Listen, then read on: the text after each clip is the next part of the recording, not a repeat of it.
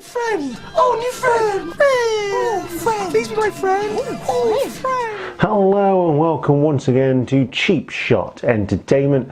As ever, I am your host Luke, and you are the Cheap Shot Nation. And we're going to take you through everything that happened on NXT UK this week. It is episode 30. It was aired on the 13th of the 2nd, 2019, and it took place in Phoenix, Arizona. So it was filmed just after the Worlds Collide tournament, and hands up, that is something I haven't gotten round to watching just yet. But it is half term next week, and doing my panto. Oh no, he isn't. Oh yes, he is. And that might just give me a little bit of time just to go through that tournament and put something together with regard to the main matches and put a video up on the channel. So if you like the video, do all the stuff you do on YouTube. You get that all the time when you watch YouTube. You know what to do by now. So I'm going to take you straight into the video, and we're going to go into the first match. So the first part of the show features the new Women's UK NXT UK champion Toni Storm coming down to the ring to cut a promo saying that she's never done anything so great as to win that championship. She won the Mae Young Classic last year, beating Io Shirai in the final at the first ever all women's pay-per-view on WWE Evolution. So yeah, she's obviously very happy about that. She says that Rhea Ripley would be coming for a rematch, and that's exactly who we got to come down to the ring. The challenger comes down, that is Rhea Ripley, and says that the champion got lucky at TakeOver Blackpool.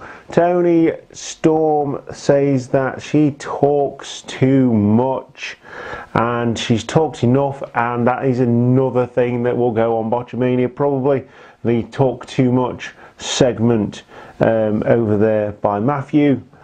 And she is proud to have the crowd behind her, proud to be living in Britain. So Toni Storm then attacks Rhea Ripley in a change of pace here, and takes Rhea Ripley out. We fade to black, and that is the start of NXT UK number 30. So we go on to the first match now. It is Noam Dar versus the Scottish Supernova versus the Irish Ace Jordan Devlin. We haven't seen Noam Dar in NXT UK for quite a while. He's NXT. We haven't really seen him on NXT either, so I'm guessing he was a bit injured. So he's come back, having a bit of a feud with Jordan Devlin, who has been on a bit of a tear, apart from losing to Travis Banks recently on NXT UK, because they didn't have their match at NXT UK TakeOver Blackpool. And yeah, so we finally get the match. A bit of a feud going off here, and with Travis Banks as well. So yeah, to start the match, there's some lovely mat-based grappling going off. It starts, Devlin gets the advantage, but is countered by Noam Dar with an armbar. Dar for the bar. There you go. There's another T-shirt. Hashtag Dar for the bar. Gets an armbar of his own, which he locks in, and now the focus is firmly on the elbow of Jordan Devlin, the Irish Ace. There's a standing spine buster and a standing moonsault by Jordan Devlin. You can't deny the guy's got talent. You can't deny he's got athleticism. Not quite sure about his character, but it seems to work for him. So again, not my cup of tea, but I'm sure there is people out there who like Jordan Devlin. He's now in control of the match and uses every part of his viciousness to beat down Noam Dar and gain the advantage. Hard strikes, hard kicks. There's an inverted backbreaker to Noam Dar to take him down. Again, strong kicks to the gut of Noam Dar. Jordan Devlin really taking it to Noam Dar, the Scottish Supernova, not letting him get any of his wind back. oozes confidence all the way through, and telegraphs this one, because then Noam Dar mounts a small comeback. So he could have pinned him, he could have taken him out. He didn't. He chose to talk trash to Noam Dar, and Dar mounts a small comeback. Jordan Devlin then cuts him off pretty much straight away. Devlin puts Dar in a surfboard stretch, and Dar then powers out before ducking a springboard crossbody from Devlin. Noam Dar hits quickly with a Northern Lights released suplex, and it is clear that Noam Dar's back is hurting him at this point. Couldn't get the rollout, couldn't get the pin or pin attempt. There's an ankle lock which is countered, and Dar charges at Devlin in the corner. He misses. Devlin hits the Irish Ace Cutter, and Dar changes focus to the ankle lock again, but Dar is sent into the steps this time by Jordan Devlin, as they both go to the outside. Jordan Devlin goes to stomp on Noam Dar's leg on the steps, and this is where we get an introduction to Travis Banks. He comes down, distracts Jordan Devlin, so he doesn't get that. Dar then moves his foot. Devlin in the melee then gets his foot swept from underneath him and goes face first into the steps. An absolutely wicked looking spot, but obviously they do it very safely. Dar then drops Devlin, like I say, on his face into the steps. Devlin is distracted again by Banks as he tries for the dirty pin on Noam Dar, and Noam Dar gets the roll up for the win and beats the Irish Ace. So after the match, Banks pulls Devlin out of the ring as he attacks Noam Dar, having beaten him, and starts to instigate a full-on scrap battle down the ramp as Travis Banks beats down Jordan Devlin as we fade to black. So that rivalry there is definitely not over just yet, and I'm looking forward to seeing them perhaps on the next takeover show. Who knows, might get another one, don't know where, but speculation is there. So we move on to the second match now. It is a women's division match. It features Ginny the Fashionista versus Mia Yim, who did so well in this year's Mae Young Classic. There's a side headlock by Ginny to start us off in the match, and this is both women jockeying for position, trying to get one over on each other. Both ladies on a bit of a roll at the moment on their respective brands, and like I say, this was filmed after Worlds Collide, so we're still getting NXT versus NXT UK versus 205 Live. Obviously there's no ladies on 205, that is full male cruiserweight division.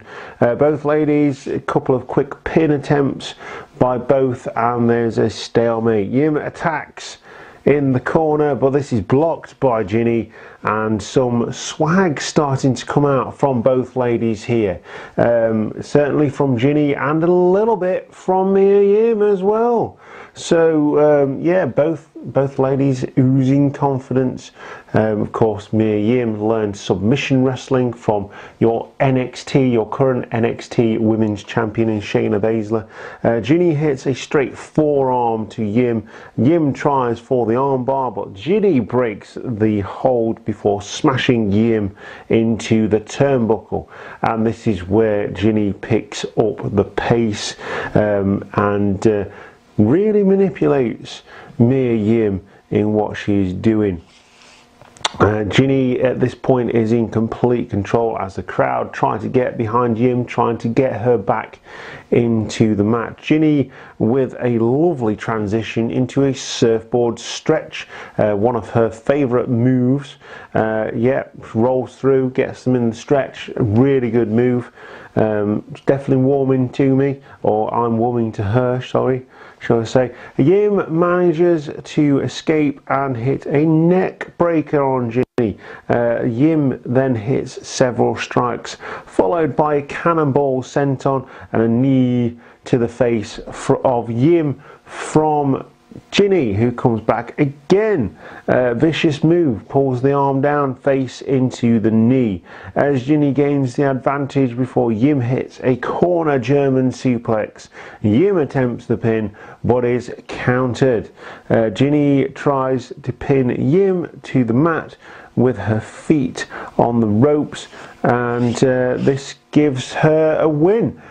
So your winner in this match is Ginny by dirty means, feet on the rope. The referee did not see it, and I see this rivalry going a little bit further than NXT UK or Worlds Collide at this point in time. Well, your winner, a great showing by Mia Yim, came up short against the Fashionista. Your winner of this match is NXT's Ginny. So your third match of the evening, very match heavy, hardly any promos, only one promo, no cuts to the back either, because of where it's filmed, is Wolfgang, the third member of Gallus, going against Pete Dunne, trying to get a modicum of revenge for his leaders lost to Pete Dunne at NXT TakeOver Blackpool. This is also the first time we've seen Pete Dunne since NXT TakeOver Blackpool. It doesn't say that it is for the UK Championship, it's just a match. So that's what I'm going based on. So even if Pete Dunne had have lost, he wouldn't have lost the title. But yeah, another great match. Scotland versus England.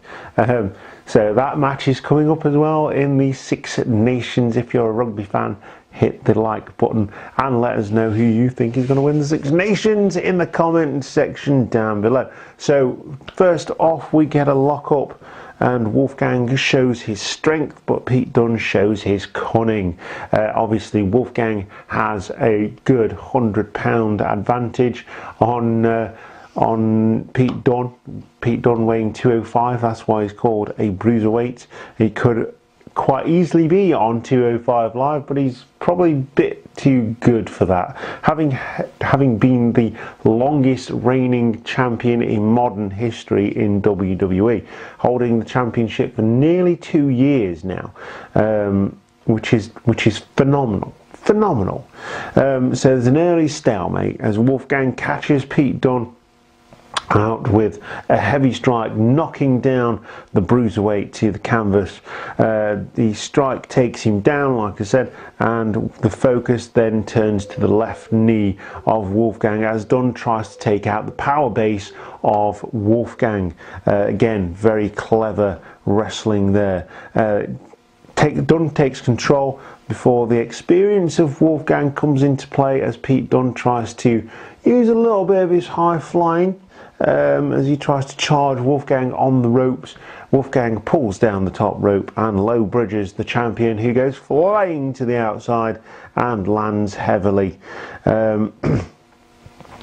So he goes crashing to the outside. Wolfgang is now in control. The bruiserweight tries to come back, but Wolfgang continues to control the match, slows down the pace deliberately, heavy strikes, momentum swings back to the champion Pete Dunne as he hits a snap German suplex followed by an enziguri and a kick to the head, and then an X-plex, and this leads to the first near fall. Dunne tries for the sleeper hold that he's known for, the sort of Hell's Gate lock on him, a triangle choke even, and the joint manipulation that has worked so well for the champion in recent championship defenses.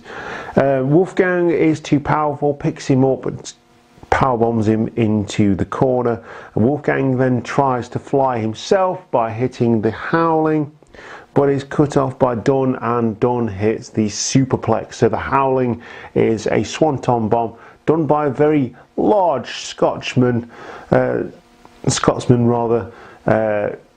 quite impressive. But he very rarely hits it now. He's gone heel and he's working with Gallus. But that is countered into so Wolfgang hits the fireman's carry. No, he tries to fly rather, and that's counted into a superplex by Dunn. I do apologise. Wolfgang then hits a fireman's carry driver, looks for the howling, which is the swanton bomb. So he goes back to the top, hits the move.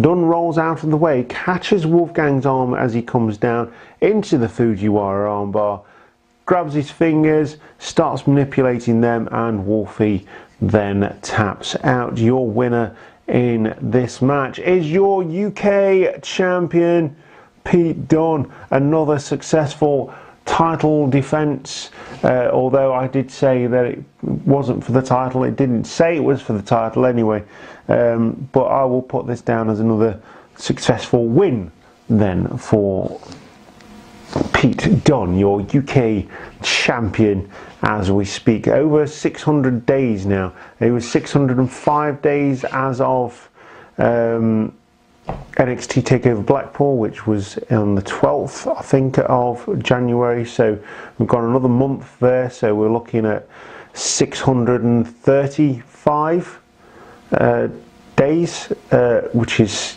incredible. So we get all the way to June, July, and he will have been the champion for 2 full years with no real contenders to take that championship off him.